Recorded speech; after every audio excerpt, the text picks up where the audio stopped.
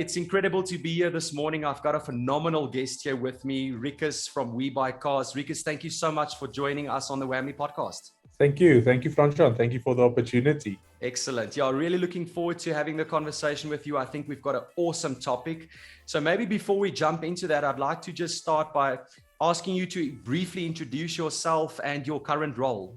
Okay, perfect, Francois. Yeah, so my name's Rikus Blomerus, as you said, and I've been with WeBuyCars since 2017. Originally employed as head of HR at WeBuyCars, and then just through my passion for the business, got involved in other areas as well.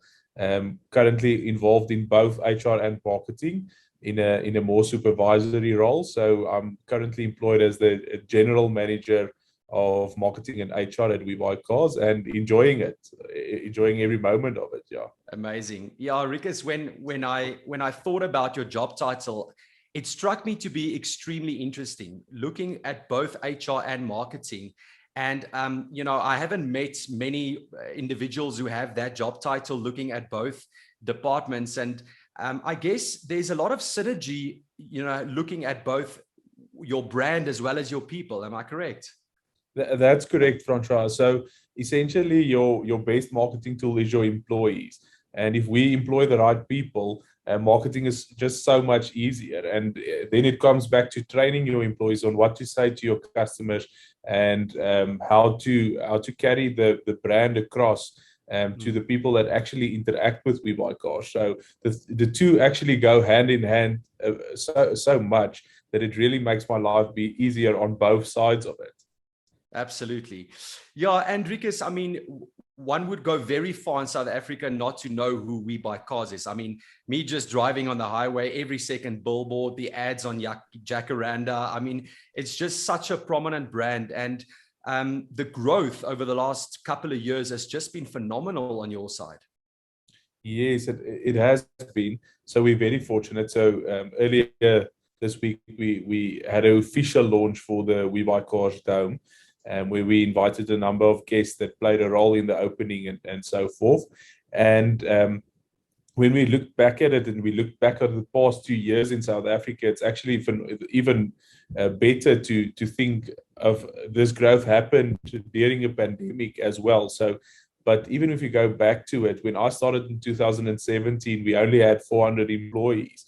And now today we've got more than 2,000 employees, and we're not stopping. We're still growing. We're recruiting in excess of 100 people every month. And it's not like we're replacing current vacancies. It's literally new vacancies that we're filling. It's new areas that we're opening up branches. So it's really exciting, and it's really to be in this. It's really exciting to be in this space at this time. And from an HR perspective, it's a great experience to be able to employ people and to find the right candidates, and not to go through Section 189s and all the sad stuff of HR, and have a positive focus at this stage. And I must say I'm enjoying it. And I'm very fortunate to not sit through those retrenchments like many of my former classmates and colleagues and so forth have to do today. And their picture of HR might look slightly different to mine. And in my world, it's nice to have that interaction with a Wamly and so forth to make my life easier. And when it comes to recruitment, and not be negative at the end of the day. Yeah, and Rikus, I actually want to deep dive a bit into this, because if we take a step back and we consider what happened over the last 2 years, right? The global pandemic, the hundreds of organizations that had to freeze their hiring, that had to downscale, that had to reimagine, re-engineer the way that they look at their own business, and then specifically at the people. WeBuyCars has just been completely different. And I guess so many of the audience listening to this is going to wonder, like I'm wondering, why? How is it like that a brand like you is just exploding, which is in total contrast to what's happening in the industry, and for that matter, in the world of recruitment and HR? Yes. So, Francois, I think that's a very good question, but it's also a very tough question to answer, because there's so many elements to it. I think I would also like always to think that it's the big influence that HR has on the organization that makes the difference. But we really do value our people and value HR. And I think back in hard lockdown, so we didn't sell a vehicle for 53 days. So nothing, but we still had our expenses. You mentioned earlier that we were on billboards and radio stations, and we've got these big warehouses, and we've got, at that stage, we had 1,000 employees. And it's tough because you still have these expenses. And I think we, instead of that time deciding to focus on maybe retrenching people and letting people go and so forth, we rather said, let's just keep calm. Let's see how this plays out, because normally there's opportunity after a pandemic or stuff like that. So, and it was the case, and I think there's an element of luck as well. So we had massive opportunity when we could start to sell cars again, because people were working from home. People couldn't travel anymore, so they couldn't travel internationally anymore. We all of a sudden found that people started spending money on 4x4s or camping equipment or motorcycles or something that they really always wanted to buy, and that money sort of just one element that we were lucky in. And then also at the same time, there was a problem with importing new vehicles, and there was also the semiconductor crisis where new vehicles couldn't be produced. So a lot of people that wanted to buy a new vehicle had to come and buy a vehicle, a pre-owned vehicle, but that still has low mileage on, or that's still a good option. They had to come to WeBuyCars for that to buy that vehicle. And in a sense, we were lucky, and we then could keep on focusing on employing the right people. And again, in that, so there were so many people that was unfortunate, but then also had the opportunity to come and work at WeBuyCars, people that lost their jobs. I'm thinking of a couple of people that we appointed to the tourist industry. That's great success stories, and it's people that can interact with people. They don't have motor experience, but we could use Wamly, and we could see on a Wamly interview the CV doesn't look great, and then they come, and all of a sudden we give them the opportunity to sell themselves to us, and they wouldn't have sold themselves to us with just a CV, but they did. So we sent out Wamly links to everyone. This is more recent. That's after COVID, and then people could apply for positions and all of a sudden have an opportunity to really hard sell themselves in person, where they would never have been invited for an interview. Yes. And we got great talent, and we just building on that, and we just building on the culture. And so the main thing that we're focusing on is instilling the culture, doing a proper onboarding, telling people about WeBuyCars, the story of WeBuyCars, and let the other employees rub off on the new employees. Because if you think of it, it's a little bit risky from our side. If we had 1,000 employees last or 2 years ago, and we have 2,000 employees now, it means that half of our workforce is new. So yes, it was fairly new employees. So we have to look at the culture, and we have to look at the quality of new recruits. Okay, so Rikus, wow, I have so much to unpack. That just opened up so many avenues for us to go down. So let's start in the beginning. The one thing that I am hearing in your answer, which I really think is so valuable as an organizational psychologist working with hundreds of organizations over the last 10 years, we always speak about mindset. And what I'm hearing from WeBuyCars is, in this crisis 24 months, there was a decision in your business to have an outward mindset, not to become scared, not to become risk averse, but rather, as you said, use the opportunity. Am I correct? Yes. Am I hearing you correctly in saying that? Yes, that's 100% correct, Francois, but we were still cognitive of what's going on in South Africa. So we weren't that aggressive in the beginning, but we didn't say we're going to scale down and we're going to now stop contracts with billboards and stop contracts with radio and retrench people. We decided that we're going to keep on doing what we're doing and give it an opportunity and see how this thing plays on. And then we saw, no, we're reaping the benefits. We can put our foot back on the pedal, and we can move forward, and we can grow this company.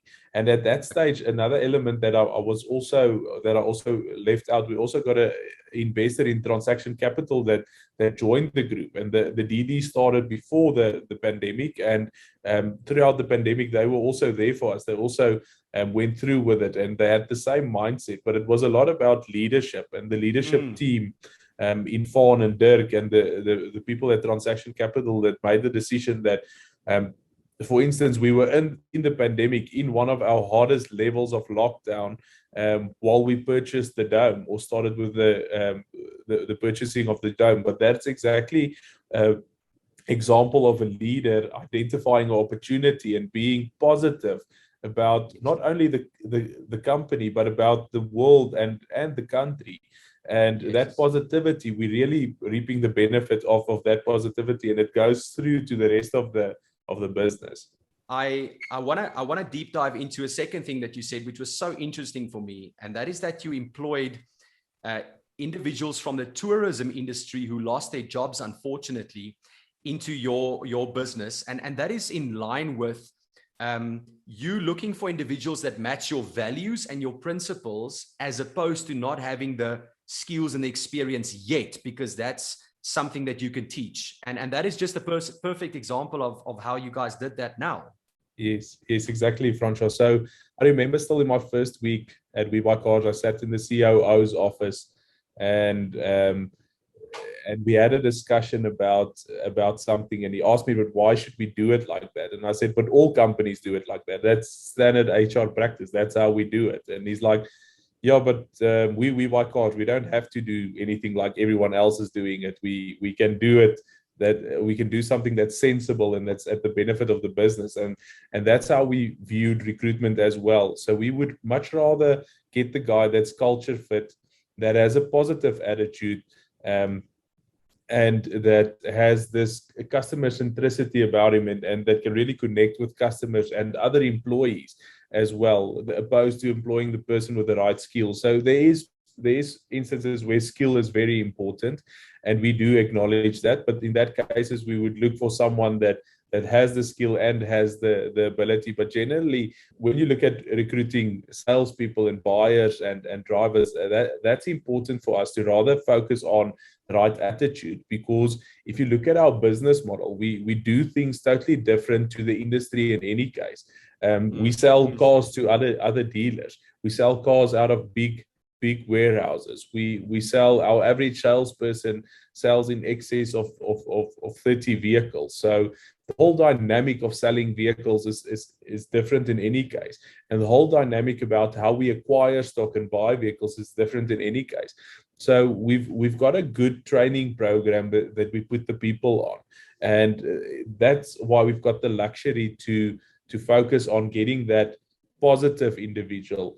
And I think that's one of the key contributions in our world, is by appointing someone that's positive, not only about himself, but about the company and about South Africa. Or we would tend in an interview situation to paint a very negative picture about South Africa, and then we would ask the guy, but what is his feeling? It's actually, we would tell him that South Africa is actually on the way down and on the way out, and what's his opinion about it.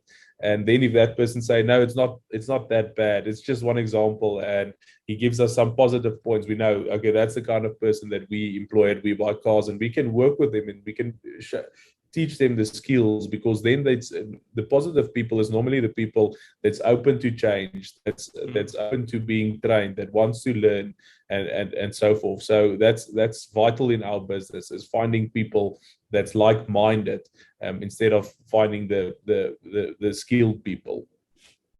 Yeah, Rikus, I hear you. And when I think about the typical standard practices around recruiting, so we would have a job profile. This job profile would talk to predominantly 7 areas: knowledge, skills, qualification, experience, behavioral competencies, and then obviously what is required on a day-to-day level from a KPI perspective. But what I'm hearing you saying is that the focus here, and I actually heard some competencies in your answer, is on the behavioral aspects, positivity, open to change, like-minded mindset, willing to learn. Yes. And so my next question would then be is, so how do you practically then go about measuring this to bring these individuals on board? Yeah, so I think that's why we've got a in-depth interview process. So first of all, we use Wamly, and that's how our paths crossed is through Wamly. So I think out of that first video interaction, you can already learn a lot about the person. Yes, theoretically we thought, okay, the way that the person sets up his CV already says a lot about the person, but in actual fact, I found recently, and it's actually a good research topic to pursue, is that the CV quality versus the candidate quality, if there's any correlation, because I don't think there is, because there's so many companies out there and that you can just send your stuff to and they can make your CV professional and so forth.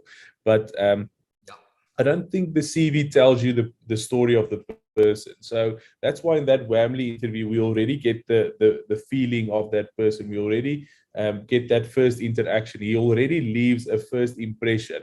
I know it's on video, but still, it says a lot of him. And then what we saw is we then started inviting candidates that we would normally have not invited based on their CV. And we could then see that, okay, we started checking the competencies. But at this stage, we're not busy measuring the competencies. We're in process with testing it, like if there's some sort of test that we can use to find the right competencies that we're looking for. But we play it by ear. So we've got other culture fit managers, and that's why we focus on our recruitment so strongly. So we've got someone in buying that knows people, that's worked with a lot of people, that's been in the company for a long time, and that person would focus on the recruitment and would physically see each and every candidate along with HR to make sure that it's the type of individual that we do want to appoint. And that's why as well, and sorry, I know you warned me not to market, but I'm just so passionate about the difference that Wamly makes in our businesses, and that's why exactly why Wamly is important in our life, because we've got a senior manager being involved in our interview process, having to see we're appointing hundreds of people every month, meaning if we appoint 100 people, we probably have to do 800 interviews or something like that. So it's time consuming. So with Wamly, we could sort of get that out of the way and get that first feeling, and the guy can do the interview on his own time and then move on to the next interview. And then we have a second interview that's face to face. And then if we're still not sure, we'll much rather have a third interview to make 100% sure. I just stepped out of an interview with a person applying for an HR practitioner role, and I've asked her the question, but what's the most important element to HR? And she started talking about how important is employee relations, because she comes from employee relations, and she actually gave a very good answer. And then I turned it around and I said, I would differ from you a little bit. I feel like recruitment is the most important element to it, because if you do your recruitment right, you're never going to do any of the other stuff. So you're not going to do performance management. You're definitely not going to do IR when you recruit right. So that's the principle that we're working on. And I must say again, thank you, Francois, for that. You came into my life. I think you sent me an email. We started chatting, and it really enabled us in this growth strategy of ours to get through those candidates and to make sure that we can get the right people. Amazing. Okay, so Rikus, now they're in, and we know retention is such a difficult thing to get right. We all know about the great resignation that happened over the last 2 years.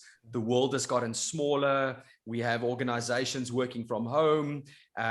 How is WeBuyCars retaining talent? And what specifically, I know you mentioned there's a big focus on training, but your CEO Fawn, I read something the other day where he said you guys care.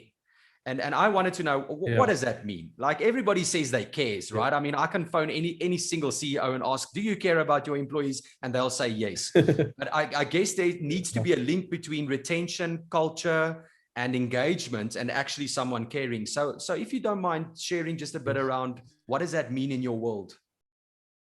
Yeah, so Francois, about I think 3 or 4 years ago, we got into a room and we said, okay, we almost a big company now, and big companies has company values. So we have to get company values. But then we decided that we can't just write 5 things down and say, okay, we're honest and we've got integrity and just sound like the rest. And we said, okay, let's make a few weeks workshop out of this and come together and mention things that fits our profile, and then really explore it and go and write practical examples of what we did, to for instance to say that we care. So the we care element of it is very true. So the we care is much deeper, but it speaks about caring about the community that you're working in, caring about the industry that you're working in, because obviously the motor industry feeds us. If there's no motor industry, there's no WeBuyCars.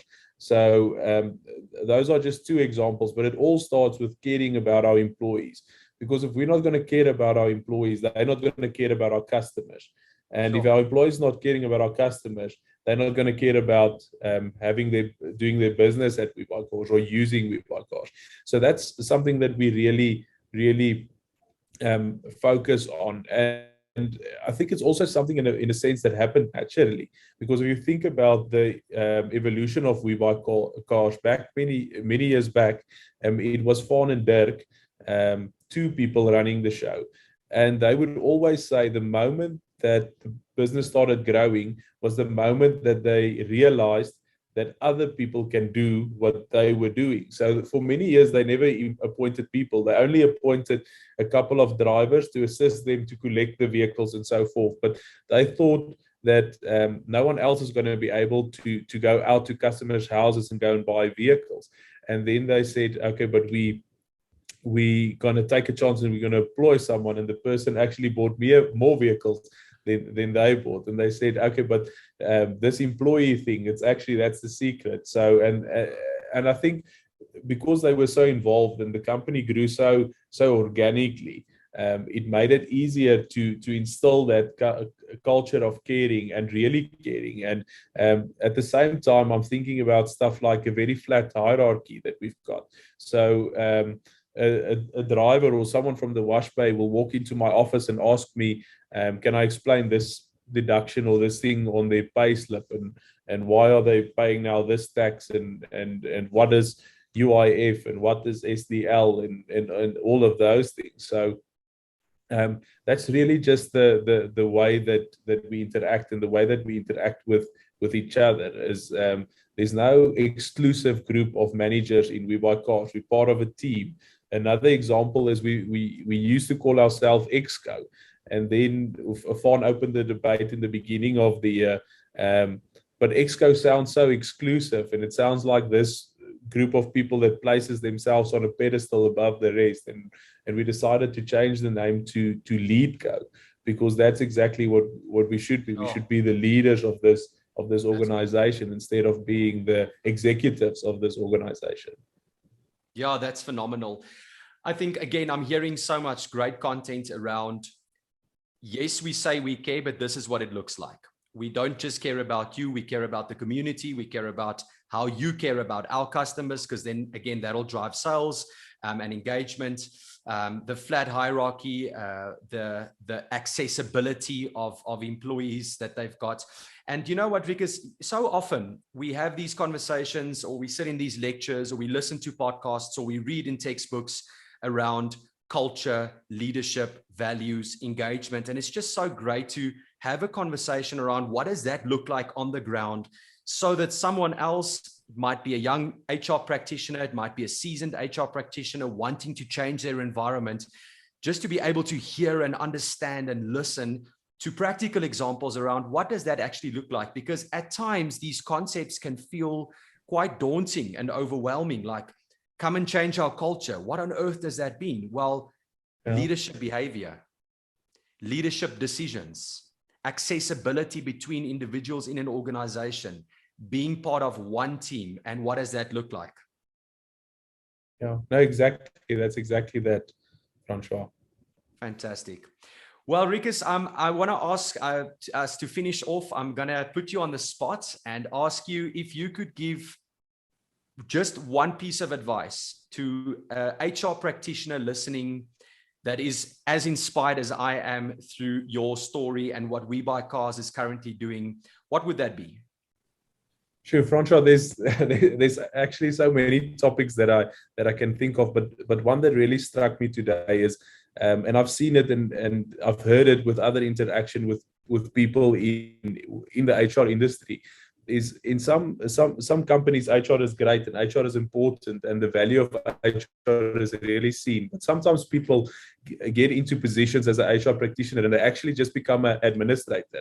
They make sure that the guy's got pension fund. They make sure that they manage his benefits and his pay slip and his salary. And yes, they send out a questionnaire, but they don't really do anything with the questionnaire. I think a key important message from my side is that people should keep in mind that being in HR can add so much value to the company. And I think as a young practitioner, if you realize that earlier rather than later, that you're not there to just give out warnings or fire a person or to maintain and adhere to compliance and so forth. HR is much more. And I think people should go back to the original purpose of an HR department and really look at the employees and how big of an effect employees has on business.